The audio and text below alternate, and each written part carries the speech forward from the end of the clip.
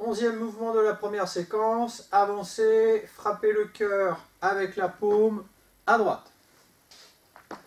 On vient de terminer, je vais le faire d'abord dans la bonne direction, puis je reviendrai face caméra pour montrer le mouvement. On vient de terminer Joe KO à gauche. On va d'abord se recentrer,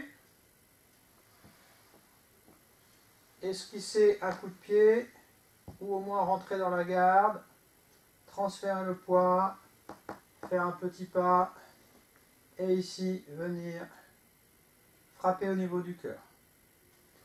Pour les directions, on était ici dans la diagonale et on va se retrouver dans la ligne cardinale ici. On était là, voilà. On a terminé Joe KO, recentrage, monter un peu le bras gauche,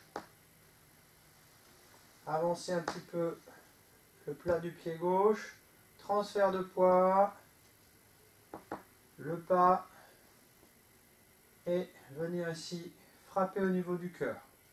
Donc c'est plutôt une frappe. Hein. Souvent on a des poussées. Alors pour une fois c'est une frappe, on en profite. Pareil, hein, sans tension dans le bras. Je reviens un petit peu face caméra pour montrer. On imagine que j'ai fini sur ma diagonale ici. Et voilà. Et donc je vais revenir ici dans l'axe cardinal pour frapper au niveau du cœur. J'ai d'abord en fait un transfert de poids. Alors on a tendance à des recentrages.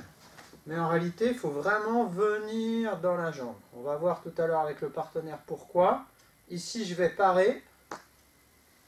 Je vais soit donner un coup de pied, soit l'obliger à reculer la jambe. Transférer le poids. Attention, comme d'habitude, au pas, la largeur des hanches. Et ici, je suis bien stable pour venir exécuter ma frappe. Donc des fois on a une petite différence sur le début du mouvement, le tout début du mouvement.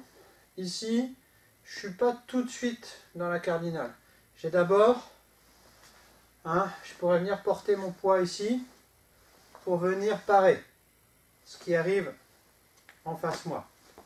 Là je ne suis pas dans l'axe et hop, je me remets dans l'axe. À partir de là seulement, je vais pouvoir avancer et frapper. Je refais dans la bonne direction avec les temps.